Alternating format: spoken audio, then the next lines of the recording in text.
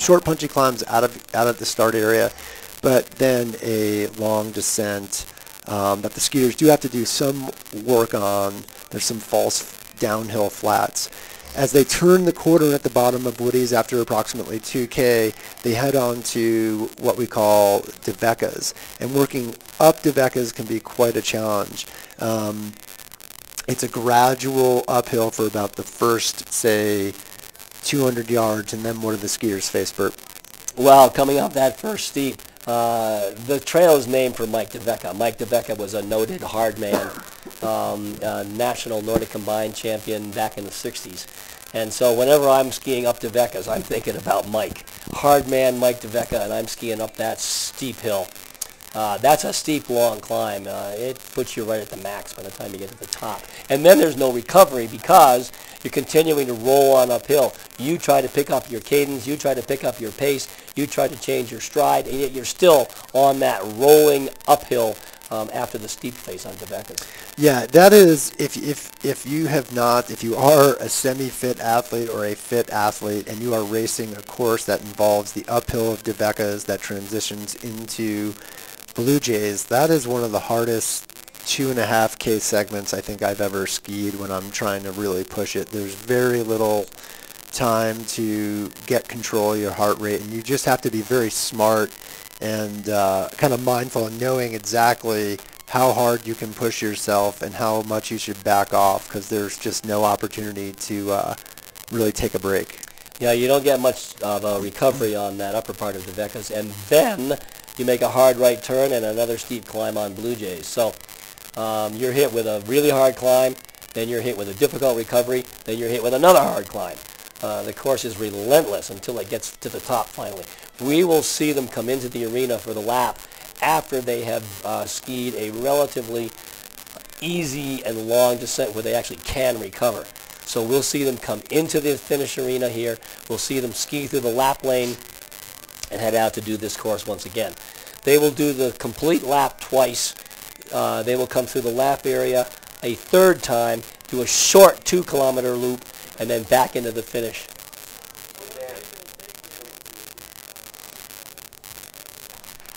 Here, come on. Thomas Clayton, UVM guest. Yep. 07. This is the men's. Yep, that's the men's. So when we talked about the rest and recovery, when one tops out over Blue Jays, there is a steep descent for maybe 1/4 kilometer, and it's dicey conditions in the sense that the snow is firm. You were talking about a 40 millimeter or 4 centimeter wide ski that's edgeless, and after doing all that uphill climbing, it's not uncommon to take a spill at the bottom of that long hill where you have to work some tight corners at speed into this start area again. I can tell you that there are ways you should fall on cross-country skis and other ways that you should not fall. I'm still recovering from an injury that I sustained on Thanksgiving Day. It's had me out of the snow until next year. However, a lot of these athletes, of course, actually do practice falling. And so if you're coming down that hill from Blue Jays and you can see that you're losing control, if you just literally sit down and move onto your side, you will slowly come to a stop. It isn't the best way to handle that hill. I've seen it done more times than once. Yep. So contrary or opposite what you might find in terms of your ability to control downhill cornering compared to, say, alpine skiing, where your heel is locked in and you have a steel edge running the length of the ski. These are edgeless skis. The heel is free in both classic technique and freestyle technique, so it makes how you balance and distribute your weight on that ski kind of even more imperative. Jason, we've seen speeds of cross-country skiing increase year after year. Part of that is due to equipment. Different bases on the ski, different waxes, of course, that we can use. But there's another piece and that's the kind of boots we've got. The skate ski boot has a very stiff sole, and it has a carbon fiber collar that goes around the ankle. This gives you a lot more edge control than we had on skis back when we started skating in the late 80s. So you've got it's a compromise. You do want some flexion in the sole, but you want to have a stiff sole. You want a boot that's light, but a boot that's too light may not give you the stiffness that you need. So the development of equipment has helped us see faster speeds and more control of the skis. So before we, and here we have our first skier coming through. It looks like bib number 4 with a big gap here from University of Wyoming, and that is Elise Sulzer at bib number 4. And I'll just kind of make a mental note here with my watch. She has a very, very big gap on the field here after about 5K. So Elise Sulzer from Wyoming, looking like she already has a 45-second or so gap on the competitors and counting. Here comes bib number 3 from University of Wyoming, Sierra Jack. She is following her teammate, Elise Sulzer, bib number 4 in first place. And bib number 3, Sierra Jack, is about 1 minute behind. And then we have a pack of skiers, St. Olaf's, Clarkson, Wyoming, and followed by a University of Maine skier, bib number 12, which is Emily Ramsey.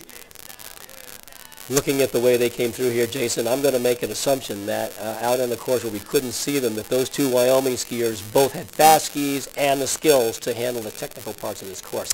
They were skiing very easily when they came through the lap. And we have bib number 10, bib number 9, and bib 14 coming through. Shelly Arndt, Nikki Cunning, and Leanna Bentley, I believe. So looking at my names as they go by and as they correspond to the bib numbers, the seedings, and we have Cornell skier, and this is actually the skier I was looking for, Ann Hillen-Cutting from Oregon State Cascades, bib number 11 coming through. And the Cornell skier must be bib number 5, and it is Sarah Nadeau. So we are seeing, and a St. Olaf skier coming through, bib number 8, Laura Moore. So the skiers that were seated in the top 15 are coming through. Bib number 7, Yara Thomas from Wyoming skiing through. So our leader here, Elise Sulzer, has a really commanding lead here. Wyoming skier, bib number, I believe, I will get a shot here, 13 skiing through. A Western State skier following her, bib number 18. Bib number 18. And 18 is Samantha Maddox.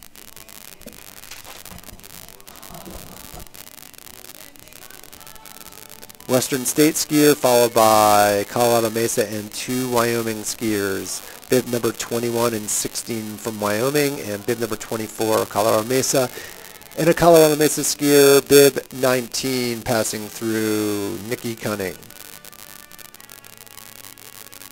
Courtney Berg, Colorado Mesa, has just come through the lap area. And what are those other numbers, Jason, do you recall? 23 coming from Wyoming, bib number 23, followed by bib number, I believe, 22, Western State skier, and bib number 25 from Clarkson. 22 is Shelby Ralston. 24, 23, Christy Palmer. And I believe this is Michaela Martin skiing through from the College of Idaho, bib number 20, followed by Western State skier, bib number 26, Elizabeth Atkins. Clarkson skier coming through, bib number 17 and bib number 27, followed by bib number 28, another Clarkson skier.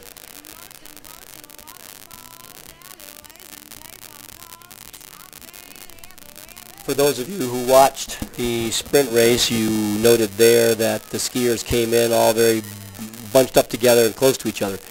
Here in a 15-kilometer race, we're seeing the athletes get stretched out. We don't see those bunches of people skiing together, although we've seen some small groups of folks who will ski along together, very much like a bike race, sometimes changing leads. One leads and the others kind of recover, and then they'll, as they do in a pace line, they will switch. But not a lot of pace lining possible on this course, simply because it is so technical and so fast on the downhills and then so steep on the ups. So last weekend we had a local race here on Saturday where there was just pretty epic winds. coming across the mountains here. And Devekas, skiing up Devekas, which is the route they're skiing today, had a pretty sustained headwind of something like, say, 10 to 20 miles an hour. And drafting was at a premium, whereas today we have, I would say, zero wind. So it's not a disadvantage to kind of break away and ski on your own if you're able to. So we have bib number 35 coming through. Bib 35 is Ashley Levy from University of Maine.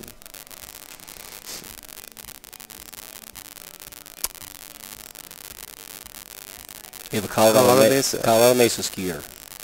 Bib 34, Megan Muehltaler. And Clarkson skier coming through, bib 37. And followed by two more skiers, bib 31, and Air Force skier in bib 32. 31 would be Galen Boyce, and bib 32, Carol Southard. And we have another skier in bib 36. Bib 36 skiing through the lap area, Ashley Evans, I believe. Do I have that correct? Oh, sorry, that's bib 38 skiing through. My apologies. Karen Martin, Cornell. And so these skiers are starting the second of a approximate 6K lap. And we have another skier coming through in bib... You have an Air Force skier. 30, I believe. That would be Taylor Vonasek. Clarkson skier coming through. Bib 39. Whoops, nope. 29. Speaking too quickly here. Megan McKenna. Megan McKenna, Clarkson University.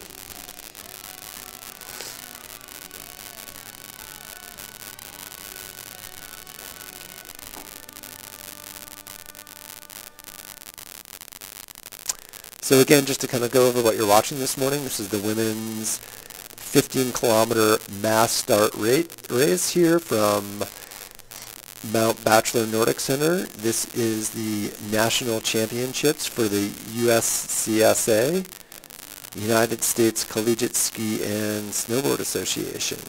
And this is the longest race that the women will ski. So this is more of an endurance event, Bert. This is an endurance event. We watched the sprint race the other day, and the sprint races were taking 2 to 2.5 minutes. Today, they're skiing 18 kilometers, and that takes strength and endurance.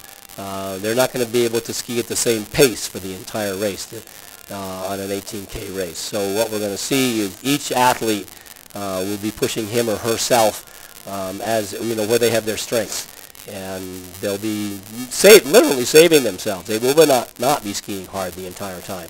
They will be calculating where they are in relation to the rest of the group, how long the race is, and when they need to exert that energy for that last push. When do they need to turn on the turbos and really kick it into gear for the final finish? Yeah, so we have another skier from the Air Force Academy coming through. Bib number 39. I think it is 39. Nope. 33. I need to really wait until I get a good reading on it. Michaela Scarborough from the Air Force Academy. Bib number 36. Ashley Evans from Paul Smith in upstate New York going through the lap area.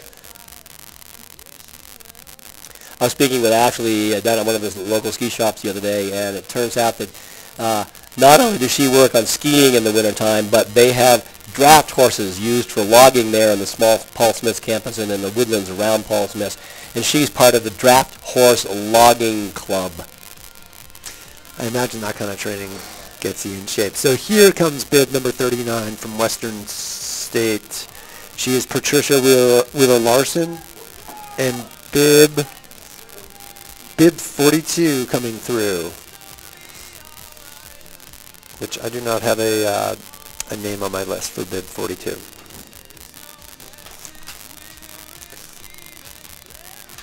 So 15K is a hard distance to race. It's not a huge, say, marathon distance, and it's obviously not a sprint, but it's in that hybrid zone. So how does that sort of tax your system?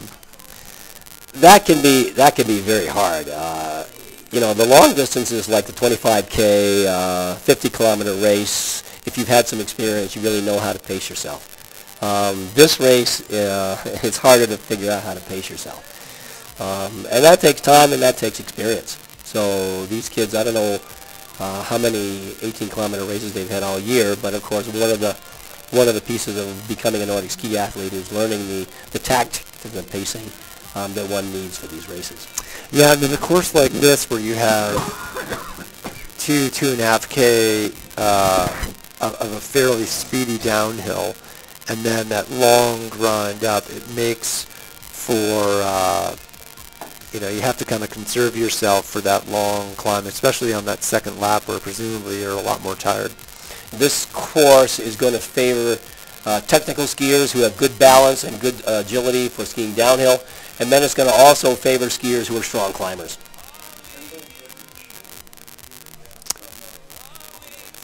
Number 42? Okay, so we're going to get a name for bib 42 is Kendall Goodrich. University of Vermont, you said? She's from Cornell. Cornell.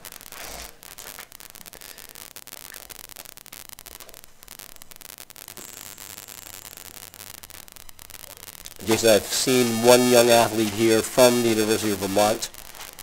He is a guest skier here, and the USCSA has allowed him to ski in this national championships. The University of Vermont normally skis in the NCAA Division I. They have a number of athletes who will be traveling to the NCAA championships this year. This young skier is not skiing for the Carnival team.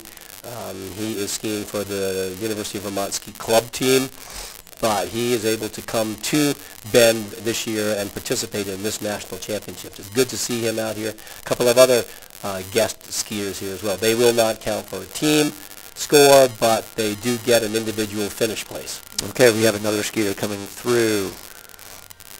A bib in the 40s, I believe, bib number 41, Whitman skier, Benedict Lauren. Great job. Or that'd be Lauren Benedict. Great job, Lauren. And she just got a feed from Coach Muffy Roy.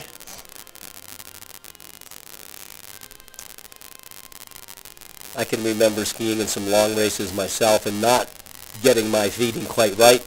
There was a 45-kilometer race in McCall, Idaho a few years ago. I skied with a group of my age group skiers. I skied 30K faster than I had ever done it before. I was feeling great. I went through the finish and bonked badly. Okay, so we have bib number 40 coming through. Ellie Pinto from University of Maine. Great job, Ellie. So feeding is important for all these athletes. Having the right number of calories in there, having the right electrolytes, and staying hydrated so that they can perform throughout the course of an 18-kilometer race. Yeah, so you might see, if you're used to watching distance events for running, you'll note that runners will go by a table or occasionally be handed a drink during an endurance event that maybe have water, electrolyte solution, what have you. Here in skiing, it's a little bit harder. What makes a feed difficult during a longer ski race for folks? One of the things that makes taking a feed harder is the fact that you're balancing on the skis. You are moving and balancing, and you're shifting weight from one foot to the other. That alone makes taking a feed a little bit harder. The feed, if the kids are taking a feed right here, this is an ideal place to take a feed because it's flat and they can continue to skate without being stressed by a downhill turn or an uphill climb, and they can go ahead and take that feed and then toss the container to the side off the trail. So I would say that this lap is an almost ideal place to take a feed. Not all courses have an ideal place to take a feed. Hopefully you can take a feed either on a nice flat area or an easy downhill. The other thing I was thinking of, and I've done this numerous times and I've been lucky not to knock teeth out, is that you have really long poles attached to your hand. So you're grabbing a cup, and if you accidentally put one of your poles into the snow as you ski by and you're trying to take a drink, it can be kind of disastrous there. Yes, learning how to eat on skis. One of those skills that all racers need to practice. Okay, so a brief rundown of our weather here in Central Oregon today. You will notice if you're checking this out on the web feed, it is clear, maybe some slight overcast, some high cirrus clouds, but otherwise blue skies, and just gorgeous. No wind. What is the air temperature? Well, the air temp this morning at 8:30 was 25, but I am sure that it's above 32 now. It looks like, honestly, it looks like May. The snowpack looks like our May snowpack. The air temperatures feel like our May air temperatures. It's too bad that it does feel like May in March. Okay, so we won't have live results for you until skiers are actually coming across the finish line. We are not set up to have timing splits on this course yet. That might come in the future, but live results will be coming as soon as skiers start crossing the finish line. So coaches and skiers, remember to thank the volunteers.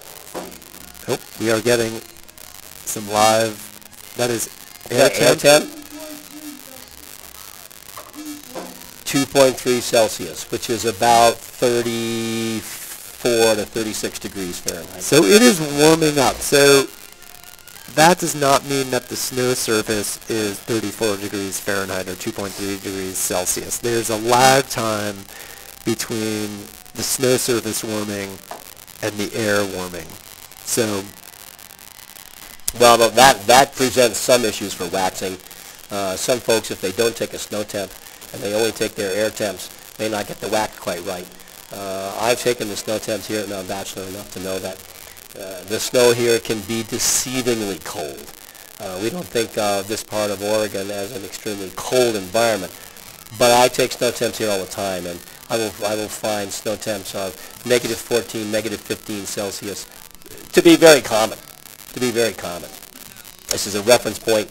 Negative 10 Celsius is about 14 degrees Fahrenheit. So as people geek out about how to prep skis and what to put on their skis, most skiers, so let's take a leading skier that came, really had to look great out there, Elise Seltzer from Wyoming. When she came through, so presumably if she's, and we have, I'm just getting,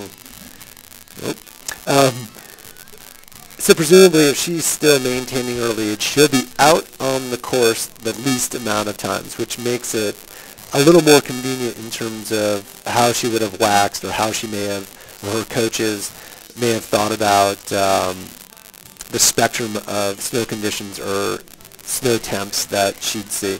It's likely that all of these athletes waxed for the conditions at the start. The conditions in the woods aren't going to change a whole lot. It's shady enough out there so that for these women, in the amount of time that they're going to be out there, they probably didn't have to think too much about where they were finishing. The men's race, again, they'll probably wax for the snow conditions at the start. The men's times may be a little faster, so they may be out on the course for a little bit shorter amount of time. Here again, each athlete may pick a pair of skis that feels best to them.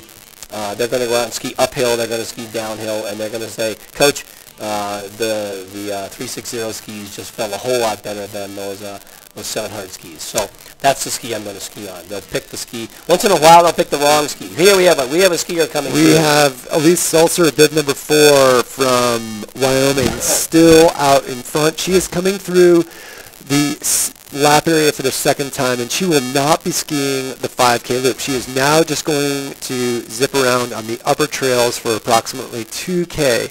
So we should be seeing Elise coming in here in the next 5 to 6 minutes. And Jason, it looks like she's gained a significant gap on skier number 2. She had a pretty good gap when she came through the first time, and it looks like she's extended that gap as she's finished her second lap. So in the first lap, she had about a minute lead on the second skier that I also believe was a Wyoming skier. So we will, we're going to have lots of skiers coming in here pretty soon. But that first group of skiers had a pretty good gap. So I think they'll be coming in sporadically. Here we come. Here we come with a St. Olaf skier. We have a St. Olaf skier, bib number 2. Piper Bain. So Piper Bain coming in about a minute and a half behind Elise Sulzer from Wyoming. And Piper has picked up her pace. I think that she may have that Wyoming skier in her sights, and she's going to do what she can to make up the difference. Here comes our current leader, our points leader from St. Olaf. Our St. Olaf skier. I believe this is Nora Gilbertson coming through. Nora Gilbertson. She's our current points leader, and she's coming through in 3rd place. So this bodes well for St. Olaf maintaining their lead. They have a 1st and 3rd, and we have a Wyoming skier, bib number 3, Sierra Jeck from Wyoming. So we've got Wyoming in what, 1st and 4th right now, and St. Olaf in 2nd and 3rd. And the Clarkson skier, bib number 6, Ashley Forshey. So the battle between the St. Olaf women and the women from Wyoming has been tight all week. We see that they are currently sitting in 1 and 2, and of course, Wyoming is the defending national champion. And the only skier, so the seedings were pretty accurate. Of our top 6 seeds this morning, we've already seen 5 go through. We're still waiting for bib number 5, Sarah Nadow from Cornell, to come through. And here comes a University of Maine skier, Emily Ramsey. Emily Ramsey, bib number 12, University of Maine, Farmington. Emily's been skiing well all week, getting used to the altitude, but going through with a solid pace as she makes her lap for her final 3rd lap. And here comes a Wyoming skier, bib. That was a tough bib to read there. I can see the 4. Bib 14, followed by bib 10. Leanne Bentley has come